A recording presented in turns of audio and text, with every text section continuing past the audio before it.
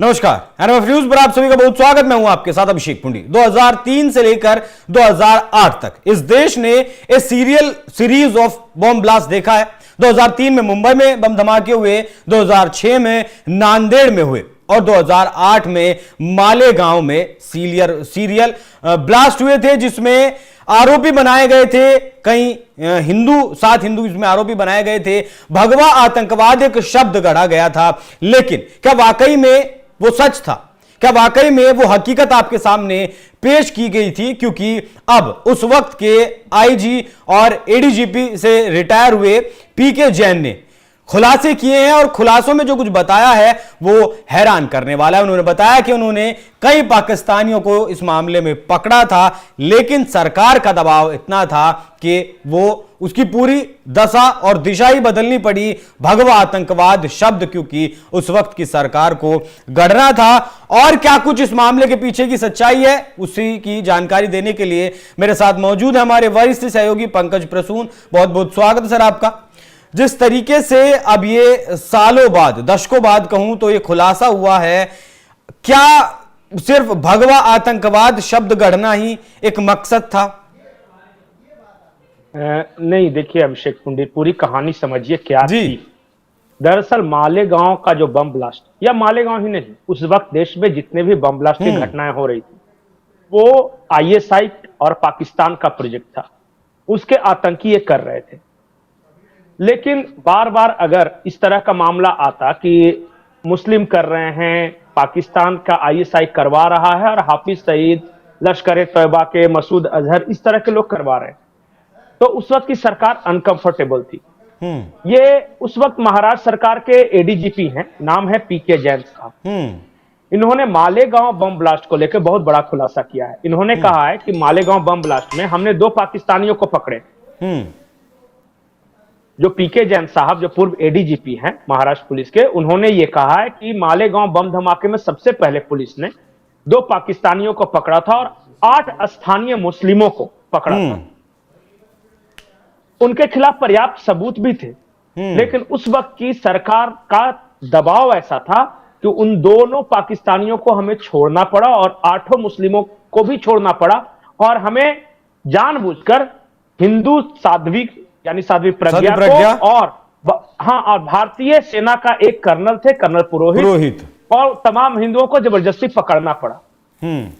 और अब वो सरकार बताते हैं साफ साफ कि उस वक्त हेमंत करकरे का और कांग्रेस सरकार का दबाव था, इसलिए हमने ये काम किया। लेकिन ऐसा नहीं है। ये एडीजीपी जो पीके जैन साहब है, इनसे पहले भी ये बहुत सारे बड़े अफसर खुलासा कर चुके हैं। गृह मंत्रालय में एक अफसर हुआ करते थे, नाम था आरवीएस मणि, यूपीए सरकार में थे वो।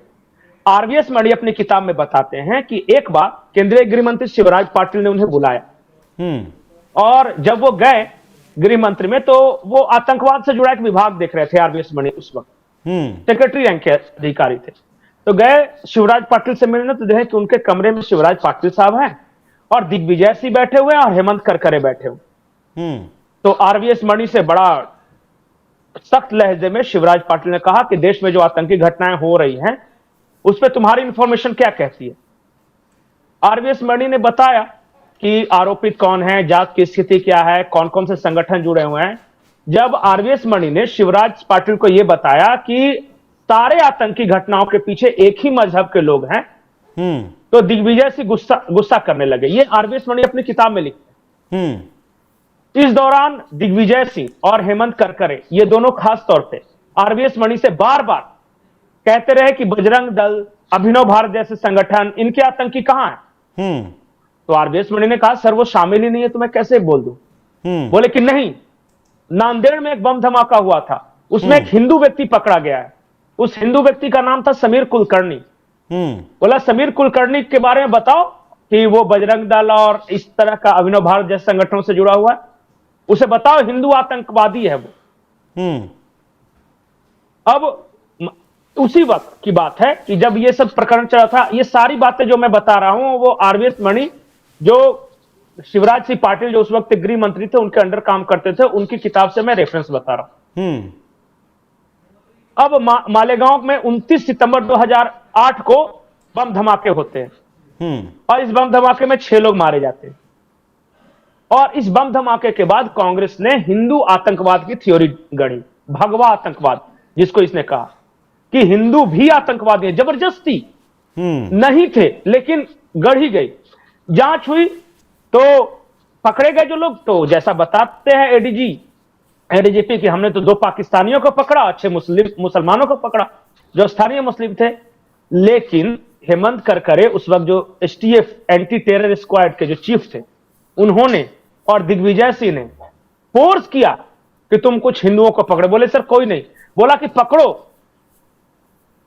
और तब आरएसएस वीएचपी नेताओं का पहले नाम लिया गया और तब पूरी फंसाने की साजिश रची गई। और तब साध्वी प्रज्ञा और कर्नल पुरोहित और एक हुआ था समझौता एक्सप्रेस जो भारत पाकिस्तान के बीच चलती थी ना, वहां पे भी एक बम ब्लास्ट हुआ था। तो उस बम ब्लास्ट के सिलसिले में स्वामी असीमानंद एक थे, उनको फंसाने की साजिश रची गई और चला केस, सब कुछ चला, लेकिन कुछ था ही नहीं तो कैसे चलेगा। ये सारे के सारे एक एक करके बाद में रिहा हुए, लेकिन बदनामी का दाग। और जिस दौरान रहे, साध्वी प्रज्ञा एक इंटरव्यू में बताती है कि उन्हें जबरदस्ती पकड़ा गया, जो कि मेरा कोई लेना देना नहीं था। एक पुरानी स्कूटर थी इनके पिताजी की, उस स्कूटर को किसी को इन्होंने बेचा था, इनके पास सबूत थे बेचने के। उसी स्कूटर का इस्तेमाल हुआ था मालेगांव बम ब्लास्ट में।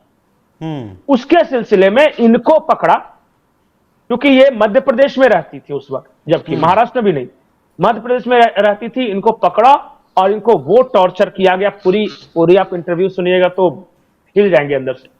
और हेमंत करकरे जबरदस्ती इनसे ये कबूल करवा रहे थे कि तुम बोलो कि तुमने धमाके किए। और जो सेना के बहुत देशभक्त कर्नल थे, कर्नल पुरोहित, उन्हें इस मामले में आरडीएक्स देने का आरोपी बनाया गया कि सेना का आरडीएक्स चुरा के दिया है इसे। वो पूरी तरह फैब्रिकेटेड कहानी।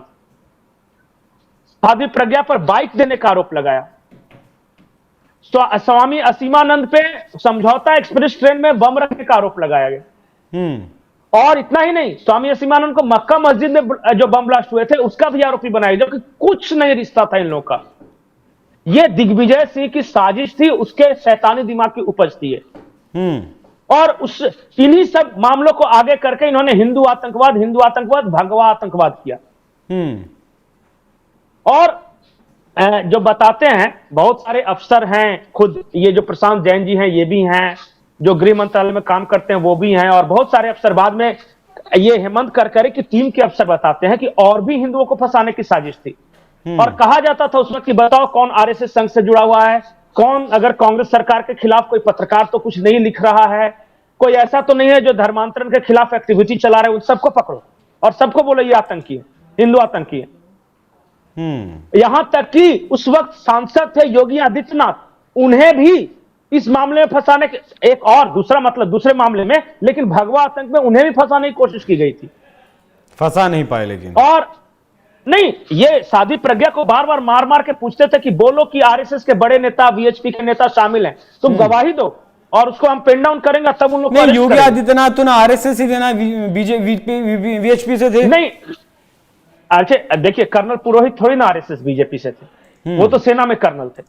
या स्वामी असीमानंद भी डायरेक्ट थोड़ी ना जुड़े हुए थे, वो अभिनव भारत संगठन से जुड़े हुए थे। लेकिन योगी आदित्यनाथ से लेकर उस वक्त की जितने इस तरह के लोग थे जो सनातन के बारे में बोलते थे या जो राष्ट्रवाद के बारे में बोलते थे, सबका नाम लेने के लिए जबरदस्ती दबाव बनाया जाता था, इन सबको मारा पीटा। स्वामी असीमानंद का तो पता है क्या किया था, जिंदा ऐसे ही थे, पिलास से पकड़ के उनका नाखून ऐसे उखाड़ दिया जाता था कि बोलो, लेकिन वो नहीं बोले। नहीं, बाद में बरी भी हो गए, कोर्ट में लताड़ भी लगाई सरकार को, लेकिन एक बार जानते हैं, एक बार मारपीट कर दे, बर्बाद कर दिया।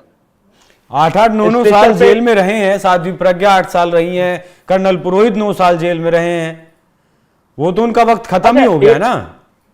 नहीं, आज जानते हैं कि नहीं, एटीएस ने जो 17 गवाह तैयार किए थे मारपीट कर, सारे के सारे बाद में कोर्ट से मुकर गए और सबने यही कहा कि हमें टॉर्चर किया गया, हमें परेशान किया गया, हिंदुओं का नाम लिया गया, डरा धमकाकर बड़े बड़े नेताओं का नाम लेने के लिए किया था। अंतिम चार्जशीट में सारे के सारे गवाह 17 के 17 पलट गए और हेमंत करकरे पैदल सिपाही था जो कि टॉर्चर करता था और सारा दिमाग दिया हुआ था दिग्विजय सिंह का। इतना शैतान आदमी ये था। इन लोगों के खिलाफ नहीं कुछ हुआ फिर? क्या होगा बताइए ना, इस देश में क्या होता है?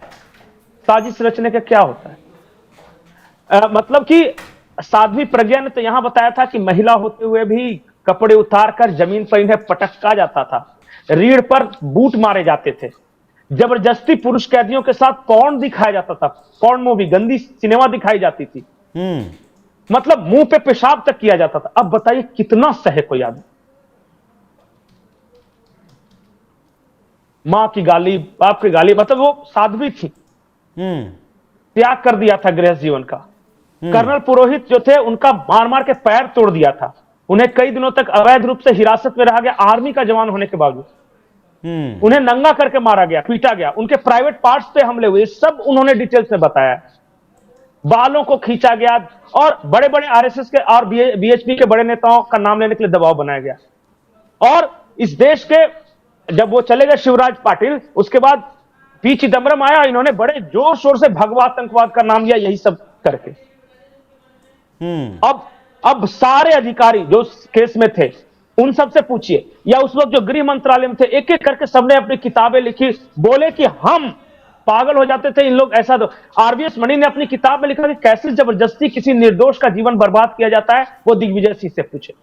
और इसी बम ब्लास्ट के बाद दिग्विजय सिंह, अच्छा पता है ना, जब मुंबई में टेरर अटैक हुआ 26/11, तो दिग्विजय सिंह ने पहले छूटते ही कहा था कि ये भगवा आतंकी है। हाँ, वो कलावा था ना उसके कसाब के हाथ में।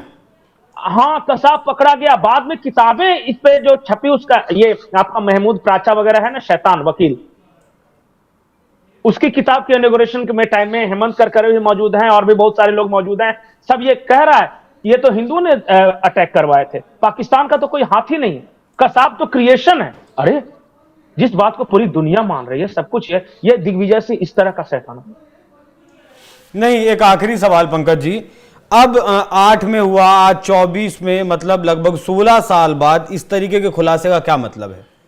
अगर आपके ऊपर दबाव भी था तो आप इनकार कर सकते थे, मना कर सकते थे, सच को सामने रख सकते थे। ये देखिए, अलग अलग, अगर आप इतनी बड़ी पोस्ट पर होने के बावजूद भी इस तरीके के अन्याय के का साथ देते हैं या फिर एक तरीके से भागीदार बनते हैं, तो वो भी तो गलत ही है ना। अच्छा, राकेश मारिया ने नहीं ये कहा था? उस वक्त मुंबई पुलिस कमिश्नर थे। ये एडीजीपी नहीं कह रहे हैं, आरवीएस मणि नहीं कर रहे हैं, सब। लेकिन इस देश के साथ सबसे बड़ी समस्या क्या है कि जब तक आदमी नौकरी में रहता है ना, नौकरी बचाता है, रिटायर होने के बाद उसकी आत्मा जागती। यही कारण है, ये सारे लोग जब रिटायर हुए, अब टेलीविजन पे आके वो पीके जैन साहब कह रहे हैं कि वो एडीजीपी थे और वो कह रहे थे कि जबरदस्ती प्रेम किया गया, हमने पाकिस्तान में। वो 2 पाकिस्तानी कहां गए? बड़ा सवाल तो ये भी है ना, वो 2 पाकिस्तानी कहां गए? वो जो 6 स्थानीय आतंकियों को पकड़ा गया था, वो कहां गए? वो कहीं दूसरी जगह धमाके कर रहे होंगे। और इसलिए बोलते हैं ये कि सरकार अपनी आएगी तब हम फिर से इस तरह का कुछ काम करेंगे। अभी सुनते हैं ना बहुत सारे लोग कि आज तो योगी की सरकार है या मोदी की सरकार है, लेकिन एक दिन अपनी सरकार फिर आएगी, यही बाजारों में बम लगाएंगे, यही मुंबई लोकल ट्रेन में टिफिन में बम रख के भागेंगे, और यही प्लान भी है। ठीक है, देखिए मैं बार बार एक चीज बोलता हूं, कांग्रेस कैंसर है इस देश के लिए, और दिग्विजय सिंह जैसे नेता तो जरूर है। और हेमंत करकरे, भले ही आतंकी घटना में ही उनकी फिर मौत हो गई, लेकिन उनका कृत्य थे, जो काम था वो खौफनाक था। उनको टेररिज्म रोकने के लिए एटीएस का चीफ बनाया गया था, हालांकि कांग्रेस ने ही बनाया था अपने लोगों को ध्यान में रखते हुए, लेकिन उन्होंने जो किया वो कई जगहों पे आतंकवादियों की मदद पर। अच्छा बताइए, बटला हाउस एनकाउंटर हो रहा है, इंस्पेक्टर मोहन कुमार गए हैं, एक इंस्पेक्टर जान दे रहा है देश के लिए, सामने आतंकी है, गोलीबारी दोनों तरफ से हो रही है, शहीद हुआ, और ये सलमान खुर्शीद जैसा मक्कार कह रहा है कि सोनिया गांधी बाल्टी भर के रोई थी उस रात आतंकियों की मौत पे। किसका खून नहीं खोल रहे? बिल्कुल। तो सच्चाई लेकिन की जो परतें हैं वो बहुत काली हैं मेरे हिसाब से। तो जब परतें ये खुलती हैं तो बहुत तकलीफ होती है, दुख होता है कि इस तरीके से एक निर्दोष को फ्रेम कर दिया जाता है, जबकि इस देश के संविधान का, कानून का कहना है कि भले आप 4 आरोपियों को छोड़ दीजिए लेकिन एक बेगुनाह को सजा नहीं दीजिएगा। लेकिन मालेगांव ब्लास्ट को लेकर, नांदेड़ ब्लास्ट को लेकर, मुंबई ब्लास्ट को लेकर इन लोगों के द्वारा संघी आतंकवाद करके एक पुस्तक भी छापी गई। प्रयागराज में जो मदरसा मिला था जहां जाली नोट छापे जा रहे थे, उस तरीके की किताबें वहां संघी आतंकवाद करके पढ़ाई जाती हैं। वो खुद किताब मैंने भी पढ़ी है, जिस तरीके से वो छोटी सी किताब में ये गढ़ा गया है किस तरीके से हिंदू इस देश में अटैक करते हैं, बम ब्लास्ट करते हैं और मुस्लिमों का नाम सिर्फ बदनाम किया जाता है। तो ये सिर्फ मुस्लिमों को बचाने के लिए, तुष्टीकरण के चलते कि कोई आदमी कितना गिर सकता है। यूपीए 1 की उस दौरान सरकार थी, यूपीए 2 की सरकार 2014 तक रही और ये लोग उस वक्त जेलों में सड़ते रहे। तो हालांकि इस खुलासे का, इस सच का अब कोई फायदा नहीं है। जो दाग लगना था वो लग चुका, जो यातनाएं प्रताड़नाएं झेलनी थी वो झेली जा चुकी। बाकी पंकज जी, धन्यवाद आपका इस चर्चा में जुड़ने के लिए और ये जो हकीकत थी दर्शकों को बताने के लिए। बाकी दर्शकों, आपकी क्या कुछ राय है, कमेंट कर जरूर बताइएगा। धन्यवाद।